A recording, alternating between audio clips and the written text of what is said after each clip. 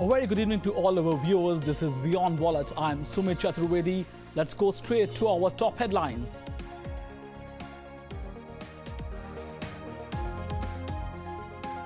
Apple worried after iPhone sales dip, while they feel needing to deliver outstanding features in next edition to compete with its rival.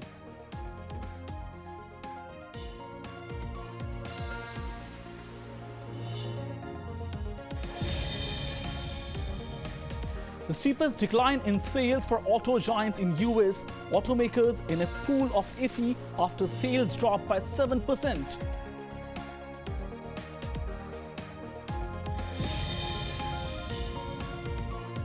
Audi sales in India crashed by over 30% in 2016 as the company lost its second ranking in the Indian luxury car market to BMW.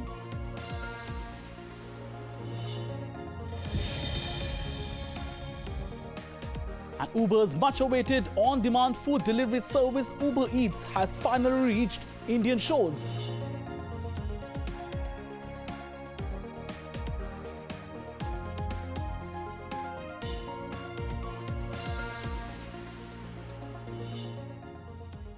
Now straight to our top story. Apple has reported fall in iPhone sales, highlighting the need to deliver blockbuster new features in the next edition of flagship device if the company is to fend off rivals like Samsung and other rivals. Now, investor confidence has been mounting ahead of a major iPhone revamp due later this year.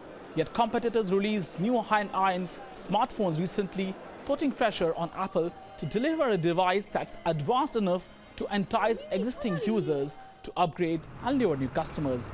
Apple has sold 50.8 million iPhones in the quarter ended April 1st, down from 51 million units in same period last year, and less than 51.4 million predicted in a survey.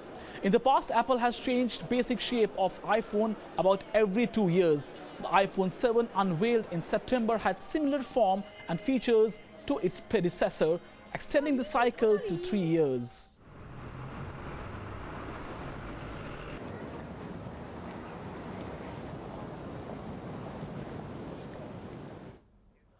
Now the second top story, sales at all 6 of the biggest automakers in US has dropped again in April, with Ford Motor and Honda Motor posting steepest declines, about 7% each.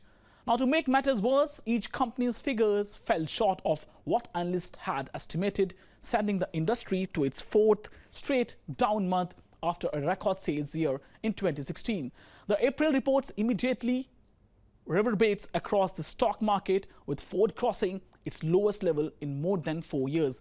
The sell-off also spread to auto parts makers and car retailers. Analysts said the grim numbers indicate the industry will need to boost discounts and cut production to address swelling inventory on dealer lots, particularly as credit tightens.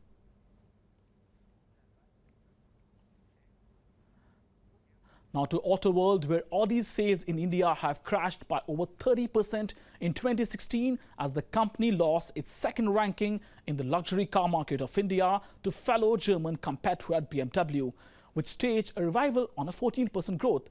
Now slide for Audi continued in the first quarter of January-March of this year as numbers slipped by 22% year-on-year. Its volumes fell to 2131 units as against 2,738 units in the same period last year. Now, sources said the slide in Audi's volume was being seen as worrisome by company's management, considering it was top luxury car maker in India just 2 years back. Now, Mercedes continue to be the largest luxury car maker in India with over 13,200 cars sold last year.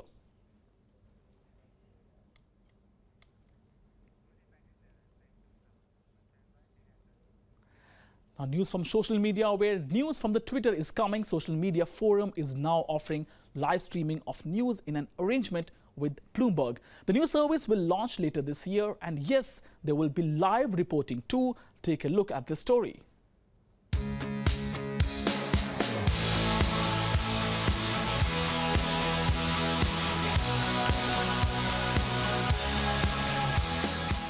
Twitter may not be as popular as Facebook, but that doesn't stop the company from innovating and introducing new elements, be it making people realize their power of hashtags or becoming a one-stop source for breaking news. While the latest to soon make its way to Twitter is a 24-hour streaming news channel in partnership with Bloomberg Media. This new streaming channel will be launched later this year and will include user-generated content from Twitter, which will be verified by Bloomberg editors, along with live video reporting from journalists at the news organization. As the company says, the new network will focus on the most important news for an intelligent audience around the world and will be broader in focus than their existing network. While a 24-hour Bloomberg News network is just one part of Twitter's big plan, the company is actually expanding its live broadcasting portfolio with 12 new offerings that include U.S. women's basketball games, a BuzzFeed news program, and a show about gadgets from the popular tech news website The Verge. The WNBA Women's Basketball League will live stream a regular season game weekly on Twitter from this month and continue through the 2017, 2018, and 2019 seasons. BuzzFeed will also broadcast a morning show on Twitter for an audience that wakes up hungry for trending tweets, and video news startup Cheddar will stream an opening bell show each morning from the New York Stock Exchange.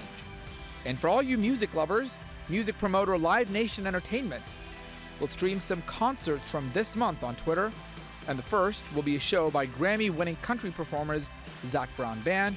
It'll air May 13th. Well, there's no doubt that Twitter has been seeking to broaden its appeal beyond its core user base of celebrities, politicians, and journalists. And it looks like it's time for the company to grow in a way it has been planning for years. With this new announcement and live broadcasting expansion, there's now hope that Twitter could expand its user base, which has been growing at a slower pace than its social media rivals. Bureau Report, WION. Now to a news which is completely different. Uber's much-awaited on-demand food delivery service, Uber Eats, has finally reached Indian shores. Now, Uber Eats, which was started in 2014 as a small delivery pilot in Los Angeles, is now all set to take on India. Starting out in Mumbai for now, Uber Eats has partnered with around 200 restaurants across the city to offer best of their services. At launch, it will be available in Powai, Bandra East, Bandra Kurla Complex and the west-lying regions from Lower Parel uptown to Andheri and Upper. Uber Eats India will be using the Uber motor strength to food deliveries. Now, the app-based food delivery space is already witnessing cutthroat competition, and with this launch, Uber hopes confront established players ahead on. Now, Uber Treats will deliver 7 days a week at all times of the day, be it breakfast, lunch, dinner, or the times in between. The service will be live in 6 Indian cities by the end of the year, and Uber says it's looking at Bangalore, Chennai, Delhi and Kolkata. Ahead of the launch, the company Uber had sought feedback from Mumbai and the above-mentioned cities, as well as Hyderabad too.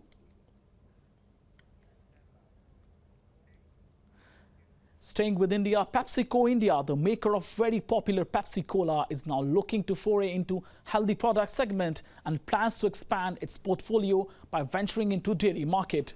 Now, PepsiCo's competitor Coca-Cola had also ventured into dairy segment last year with ready drink flavored milk WION, but however it did not work for them. But with consumption of carbonated soft drinks going down, PepsiCo is keen to increase share of healthy products in its portfolio and therefore has decided to venture into dairy market.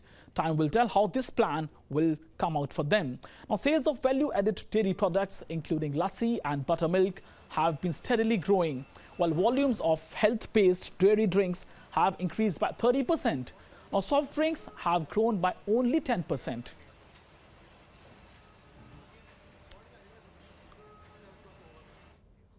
E-commerce giant Amazon continues to aggressively expand its operations in India with the addition of 7 new warehouses, a move that will provide employment to about 5,000 people. Now, the US-based company Amazon, which has committed an investment of $5 billion in the Indian market, will have 41 warehouses or fulfillment centers by the end of June this year. Amazon, which is locked in an intense battle with local rival Flipkart, has been pumping in funds to expand infrastructure and technology platform in the country. Last month, Amazon.in had announced setting up 7 warehouses to cater exclusively to its large appliances and furniture category. FCs are warehouses where sellers can stock their inventory. They can save money by replacing their upfront capital expense with low variable cost and pay only for the storage space they use and the orders Amazon fulfills. Now, Amazon founder CEO Jeff Bezos had recently said Amazon.in is the most visited and the fastest growing marketplace in India. He had also assured that company will keep investing in Indian market too.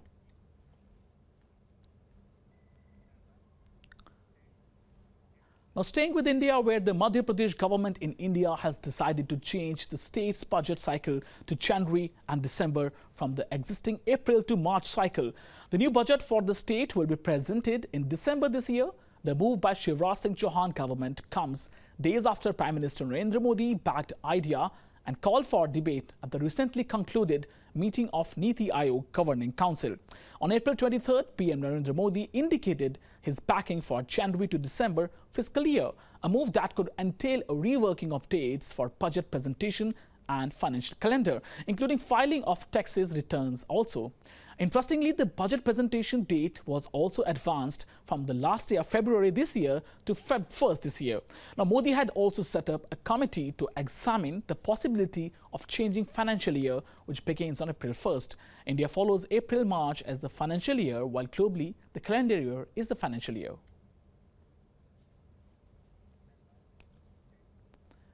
And India plans to order about a quarter less Iranian oil than it bought last year, as state refiners cut term purchase deals over a row between New Delhi and Tehran on development of a natural gas field. The drop in volumes follows India's threat to order state refiners Hindustan Petroleum, Bharat Petroleum, Mangalore Refinery and Petrochemicals and Indian Oil Corporation to reduce purchases from Iran if an Indian consortium is not awarded the rights to develop Iran's huge Farzad B natural gas field. The volume cuts would put India's imports of Iranian crude for this fiscal year at 370,000 barrels per day. Now, according to sources with the direct knowledge of the matter, India is Iran's top oil client after China, and last year imported about 510,000 barrels per day of crude from the country, according to shipping data.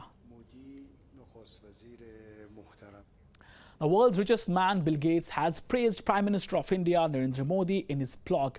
Now, referring to Prime Minister Modi's first independence speech 3 years ago, Bill Gates wrote, he cannot think of another national leader who had approached such a sensitive topic as open defecation. So frankly and so publicly too, Bill Gates' words of praise on Modi has earned him a lot of love online in the form of comments and hundreds of retweets.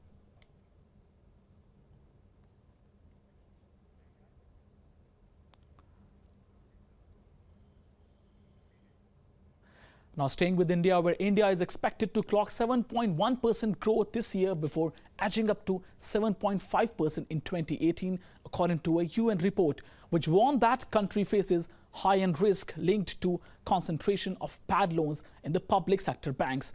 Now, the report projects the economic growth for India to be stable at 7.1% in 2017 before edging up to 7.5% in 2018, underpinned by higher private and public consumption and increased infrastructure spending. The growth in India is forecast at 7.1% this year as remonetization restores consumption and infrastructure spending increases. The report said inflation is projected to reach 5.3 to 5.5% in 2017 and 2018, which is somewhat above the official target of 4.5 to 5%. The report, however, noted that a key downside risk for India was high-end financial sector risk linked to concentration of bad loans in public sector banks.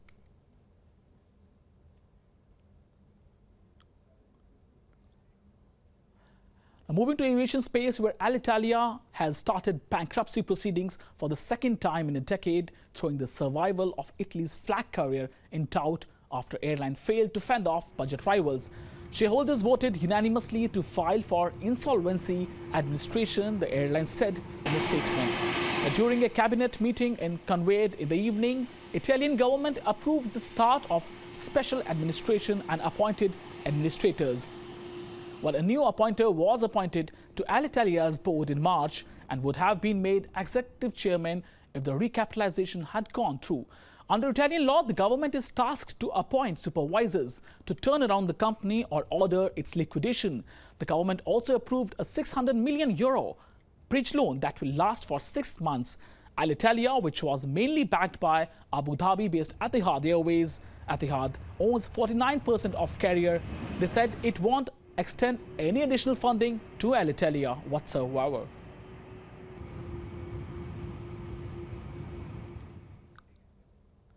Now with this, it is time for a short break on WION Wallet. After the break, we will continue with our coverage of markets. Stay tuned to WION.